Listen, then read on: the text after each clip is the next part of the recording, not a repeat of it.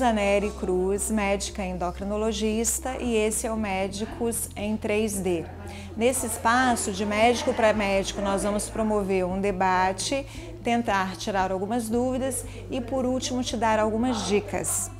Meu convidado de hoje é Rodrigo Tristão. Tudo bem, Rodrigo? Tudo bem. Obrigada por estar aqui. Eu agradeço a presença. Rodrigo é o atual presidente da Sociedade Brasileira de Urologia Seccional do Espírito Santo para o biênio 2020-2021. E o nosso papo é, entre outras coisas, sobre o câncer de próstata. Interessante que você falou para mim que é uma coisa para um chamado para os homens se voltarem para a sua saúde, né? Porque eu percebo lá no consultório, outro dia até um paciente me falou isso. Falou assim, doutora, você atende só mulher? Falei, não, eu atendo criança, mas só tem mulher no seu consultório. Eu falei, olha, é porque as mulheres procuram cuidar mais da sua saúde em geral do que os homens. Você percebe isso também? Com certeza. Os homens, isso já é estatisticamente comprovado, que os homens eles procuram menos serviço de saúde que as mulheres. E muitos homens também são levados ao serviço de saúde pelas próprias mulheres. Então a gente faz a campanha, por exemplo, incentivar a população masculina a cuidar da sua saúde. Não só da urologia, a saúde como um todo. E é o câncer que mais mata? Me fala um pouquinho, então, porque tem diferença isso, né? Uhum. O câncer de próstata, ele é o principal câncer que atinge os homens, excetuando os cânceres de pele. A gente tem uma estimativa para esse ano 2020 de mais de 60 mil casos de câncer de próstata no Brasil. Ele é a segunda causa de mortalidade entre os homens, não é a principal causa de mortalidade do câncer, não é o câncer de próstata, mas ele tem um impacto direto sobre o sistema de saúde, tanto público como privado. A gente procura ter uma regrinha que cada 6 homens, um vai desenvolver câncer de próstata em alguma fase da sua vida. Então é importante que os homens estejam alertas sobre isso, porque muitas vezes essa doença, aliás, na maioria das vezes, é uma doença assintomática. E assim, quais seriam as outras patologias que você recomendaria que os homens também fossem ao consultório?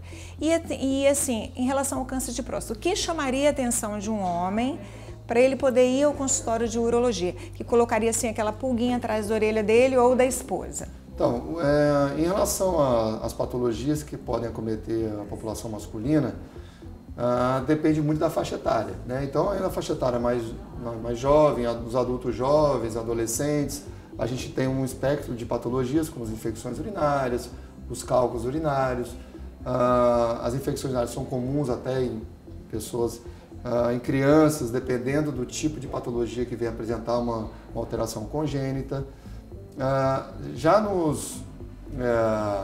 população mais adulto, após os 40, 45 anos, além das patologias de próstata, a gente teria também os problemas ligados à parte sexual, os problemas ligados a problemas hormonais que podem acometer os homens, outras situações, como outras neoplasias, como neoplasias de rim, neoplasias de bexiga, que são, ou seja, uma gama grande de patologias que podem acometer os homens nessa faixa etária. Uhum. Ainda assim nessa linha, né, uma coisa que interessa a nós, as nossas duas especialidades, porque a insuficiência renal, né, a perda da função renal, na maioria dos países do mundo tem a ver com diabetes ou com hipertensão, mas no Brasil as infecções urinárias, né, os cálculos renais, eles têm um papel importante. Você acha que isso tem a ver com cuidado, com essa característica do homem brasileiro ou da mulher brasileira de não se cuidar? Acho que sim, porque, como você falou anteriormente, por exemplo, diabetes, hipertensão são causas importantes, mas as infecções, as litíases, são causas que vêm crescendo muito e tem ligação direta com a procura do paciente ao serviço de saúde. São causas que são facilmente controláveis por médico, e muitas vezes a gente é surpreendido por um paciente que chega com um quadro de infecção de repetição ou com cálculos renais ou ureterais obstrutivos e chega já com perda da função renal. A gente não consegue recuperar mais essa função. Esse paciente vai desenvolver uma doença renal crônica. Em relação ao que você me falou sobre os homens, qual é o sinal de alerta que eu tinha me esquecido, poderia dar aos homens, então é importante dizer que na fase que a gente inicial da doença, os pacientes não têm sintoma. Então a gente não pode esperar ter sintoma para procurar o médico, o urologista. É quando o câncer de próstata gera sintomas, e sintomas quais são? Dificuldade para urinar, sangramento ao urinar, dor óssea, significa geralmente um estágio mais avançado da doença.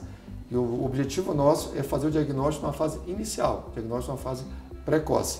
É importante a gente citar também que a patologia, o câncer de próstata é uma patologia importante, mas existem outras patologias da próstata. É muito comum o crescimento benigno da próstata, que é a hiperplasia prostática benigna. Essa sim geralmente dá os sintomas urinários para o paciente. Então, sintomas de dificuldade para urinar, começa a acordar mais à noite para urinar, o jato urinário um pouco mais fraco. E isso sim geralmente decorre da hiperplasia e não do câncer de próstata. Por isso que é importante, né, o novembro? Com certeza. Para alertar, né? No nosso próximo bloco, nós vamos falar do que há de novo dentro da urologia. Até já!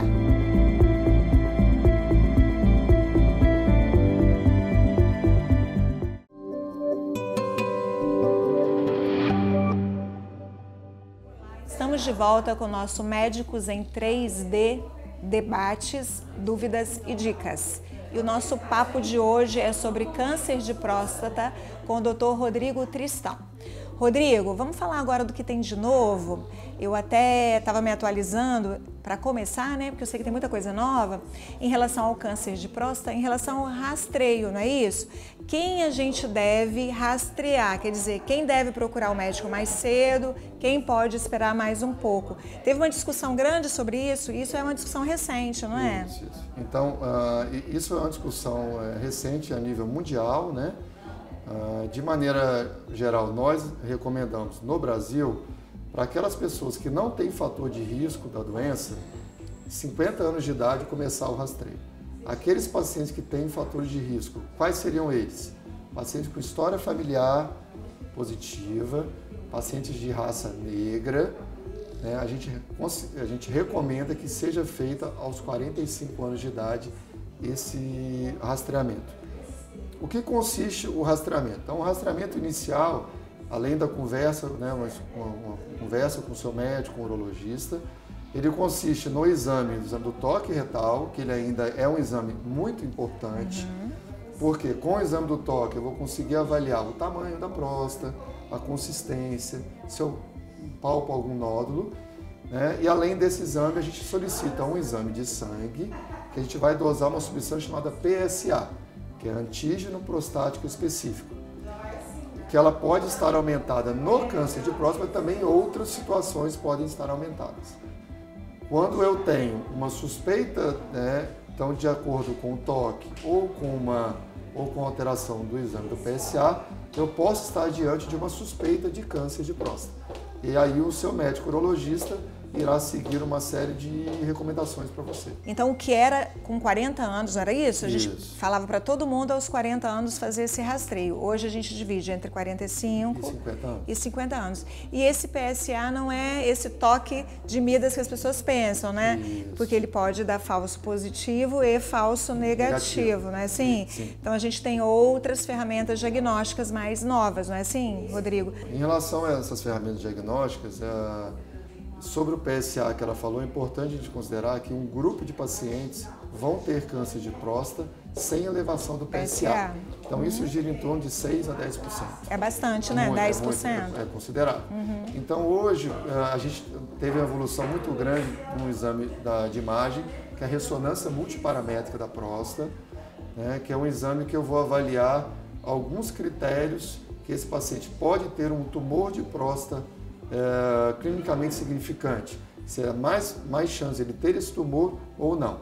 Geralmente esse exame ele é solicitado quando o médico tem uma suspeita da doença antes de ele indicar uma biópsia de próstata.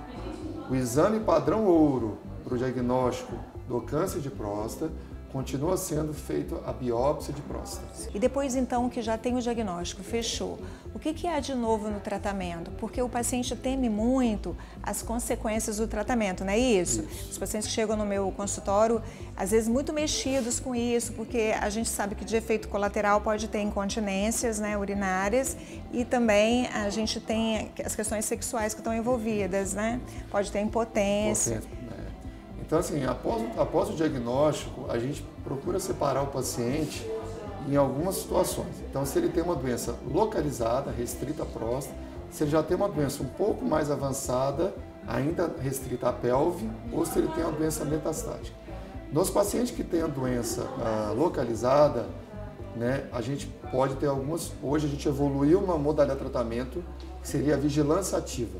Alguns desses pacientes eu não vou oferecer um tratamento curativo para ele, eu vou apenas fazer o segmento, e porque alguns deles não vão desenvolver a doença especificamente, não vão ter sintomas ao longo da sua vida. Então, mesmo ele com diagnóstico fechado de câncer de próstata, não vai ter intervenção, não vai fazer cirurgia esse paciente? Isso, não vai ter intervenção.